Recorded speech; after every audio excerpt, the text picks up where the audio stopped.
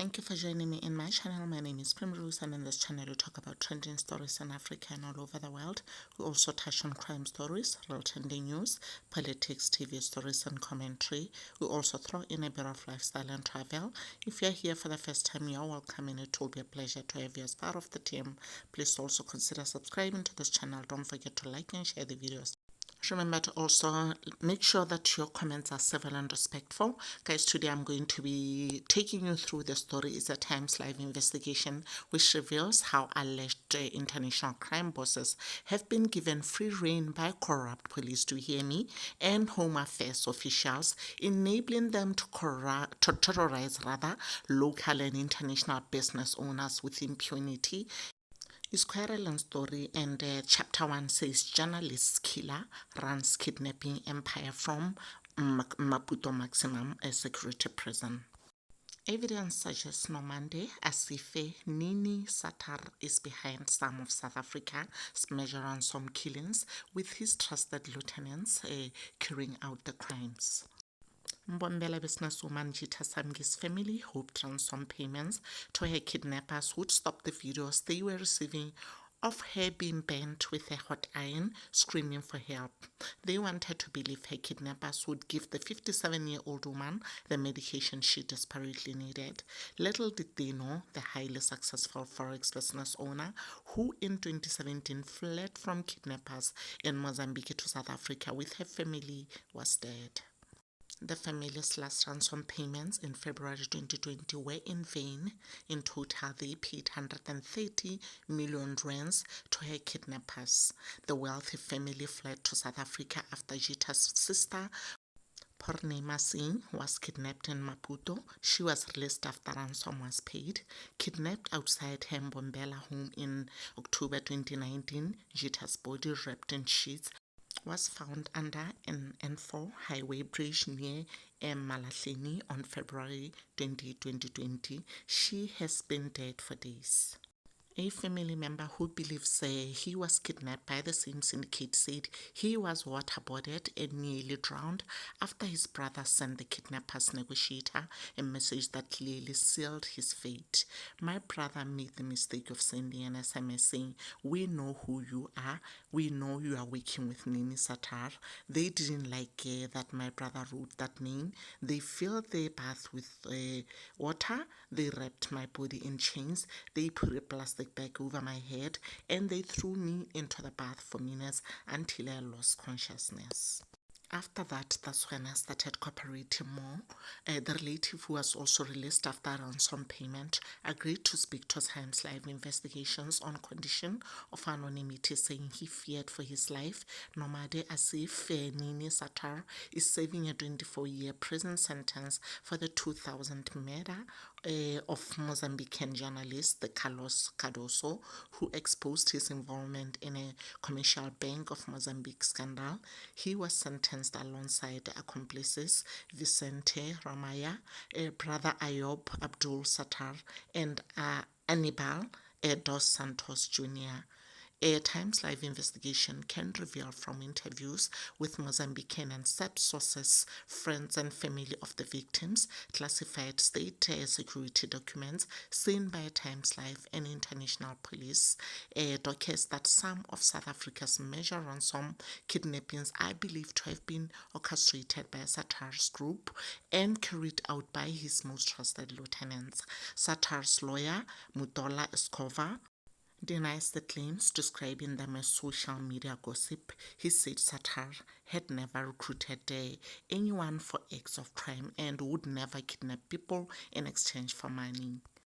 My client is not just any person. He doesn't have to kidnap for ransom. Satar is a successful entrepreneur. He owns 40 apartments in Paris. He's a great businessman, and this has always caused a lot of envy in society. Satar in 1996 was accused of having committed a bank fraud of 144 million US dollars, now about 2.6 billion rands. He ended up confessing to this crime, but that money was never recovered by the bank, said Escobar.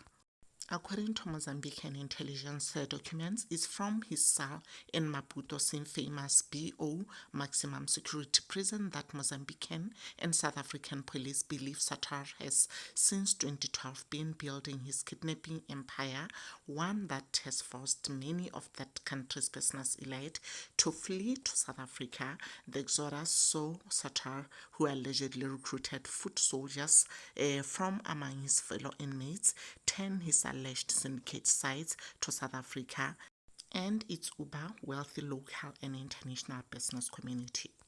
Among Satar's alleged most trusted lieutenants are Ismail Nengi, Edson Vombe, and Mohamed Bakir Ayub.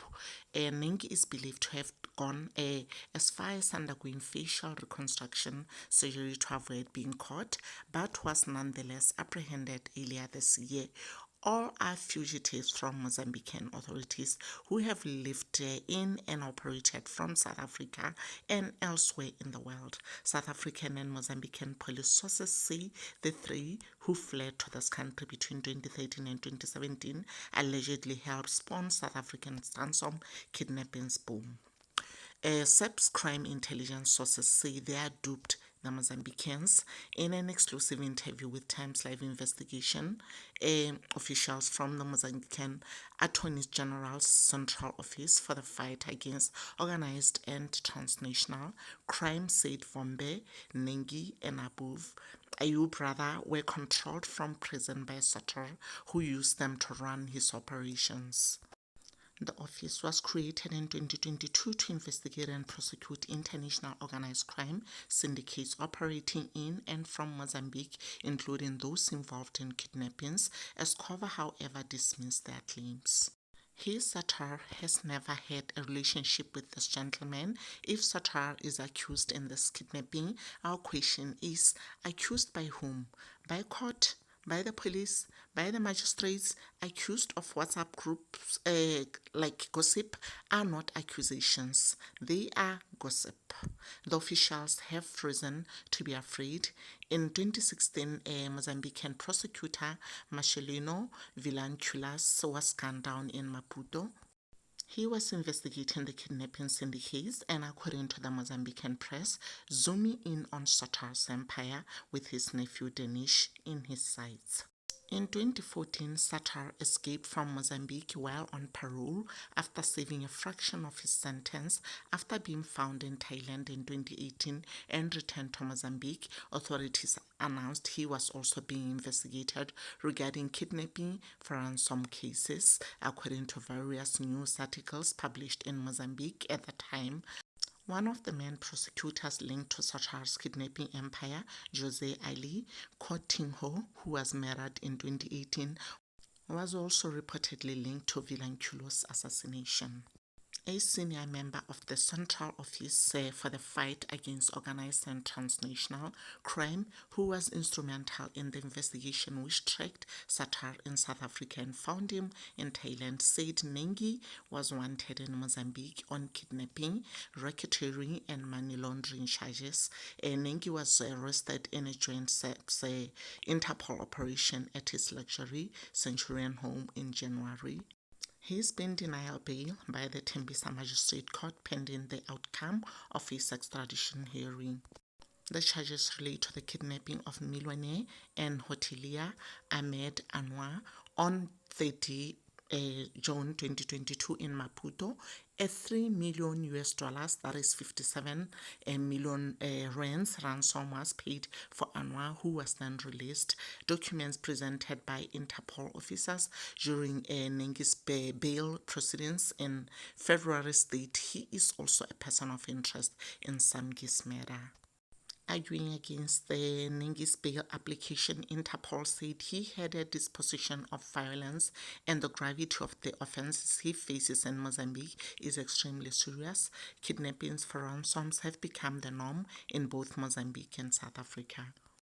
The senior member said, "We are currently investigating strong links between Satar and Nengi and Vombe, who have seemingly taken over the day-to-day running of Satar's operation in South Africa and Mozambique." He alleged rather that since Satar's re-imprisonment in 2018, kidnappings had exploded in South Africa, with information indicating rather that Nengi was primarily behind the spread. Times Live investigation was granted access to the Mozambican police Nengi investigation docket. It shows how he allegedly used his brother Amade, cousin Danish Nengi, and at least one of his four wives, Asarina Sadiq Nengi, to assist him in his suspected crimes. The Ahmed Anwar kidnapping docket reveals Asarina, Amade, and Danish are allegedly hiding in South Africa. The two vehicles used in Anwar's kidnapping were found at the Maputo house used to hold Anwar, which was rented in the name of Amade and whose rent was paid for by Asurina. Amade was last seen in Tembisa Magistrate Court for his brother's first appearance. He stopped coming to court after we obtained an Interpol arrest warrant for him for orchestrating kidnappings. We believe he's in South Africa, said the senior member. He said while Danish was reportedly kidnapped days after the arrest of his brother's accomplices, they believe his kidnapping was staged and that he's also hiding in South Africa. Attempts to contact Amade, Danish, and Asurina failed. The docket reveals Nengi's other alleged accomplices, Celso Abilio, Kosa, and brothers Samuel Fortunato and Edgar Jose Fortunato Rungu were arrested shortly after Anwar was released. The Rungos and Kosa are in custody in Mozambique, Maputo, awaiting trial. Edgar Rungo works for Nengi's international construction trafficking company TransNengi.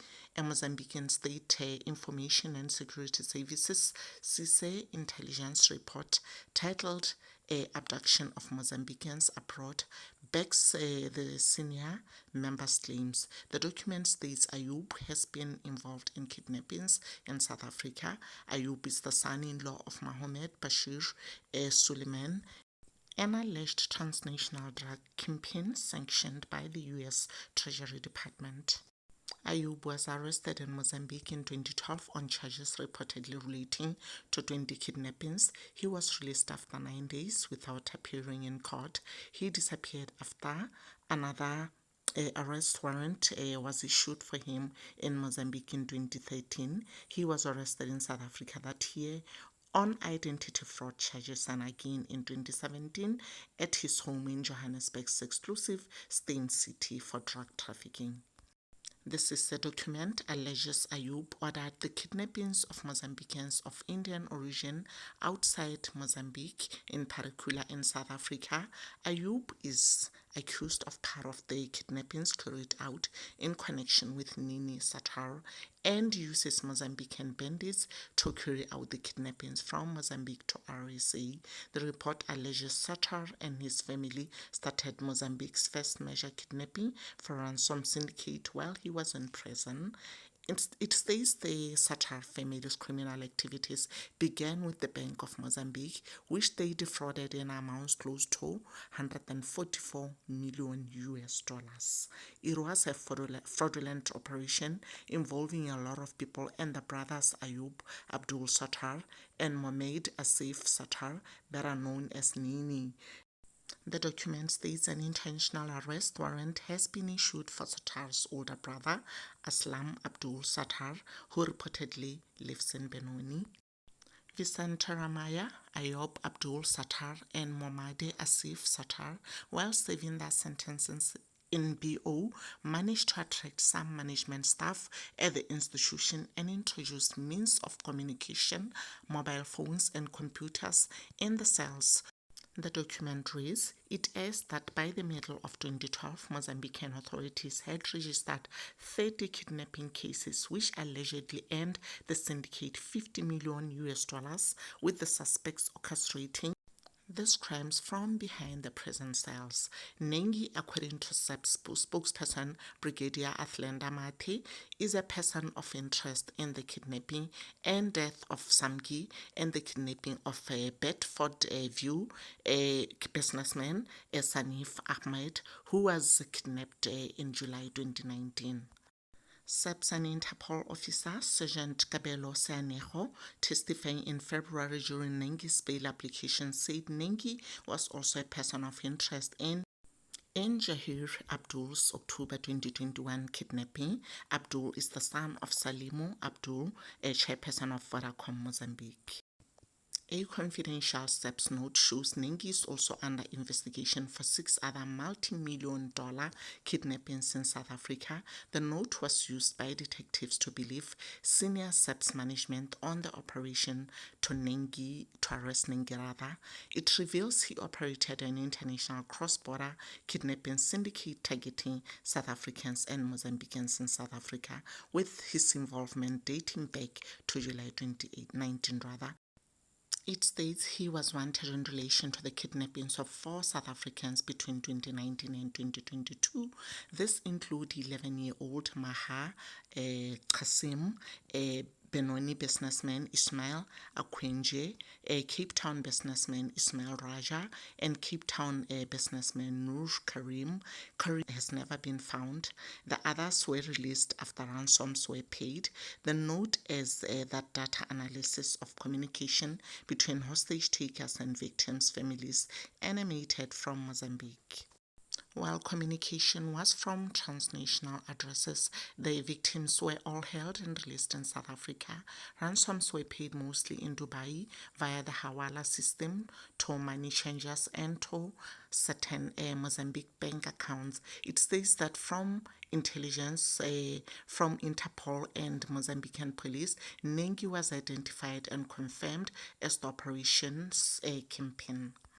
It reveals that in 2022, Saps officers received intelligence on Nengi's involvement in Cape Town's kidnappings, with Mozambican police arresting kidnapping suspect in that country who allegedly linked Nengi as a kingpin involved in kidnappings in Mozambique. Further shared information was that Mozambican suspects traveled to South Africa to drop off a vehicle used in Mozambique for a kidnapping in Gauteng. The vehicle is registered in South Africa to a Mozambique national with links to Nengi. The note is that to stay ahead of authorities, Nengi underwent facial reconstruction in the Dominican Republic in 2019. The note delves into how Saps and Mozambican organized crime detectives and crime intelligence agents hatched the plan to take down Nengi and his criminal empire by first arresting corrupt police, home affairs, and private banking officials who were instrumental in his alleged criminal operations. In response to questions on the Mozambique-driven kidnapping free fall, Mate said transnational organized crime is spreading extremely fast between the two countries. Kidnappings are becoming more complex and volatile. To cap kidnappings, the Saps and the Mozambique Criminal Investigation Division have the boosted relationship to enhance cooperation and exchange information. Mate said 13 syndicate members have been identified as persons of interest. The sharing of information has led to the development of organized crime programs to address kidnappings, including the planning and conducting of joint operations and the deployment of sophisticated technology to trace fugitives. The approach has led to the successful apprehension of suspects wanted for kidnappings in both countries, including the arrest on December 30, 2021 of Alfred Jeffrey Hobane in Mozambique for his alleged involvement in kidnappings in South Africa, and the capture of Nengi in Pretoria for alleged kidnappings in Mozambique. South Africans, the country is finished. It's so messed up, I'm telling you. But anyway, guys, let me just save time and say I'll see you on the second chapter.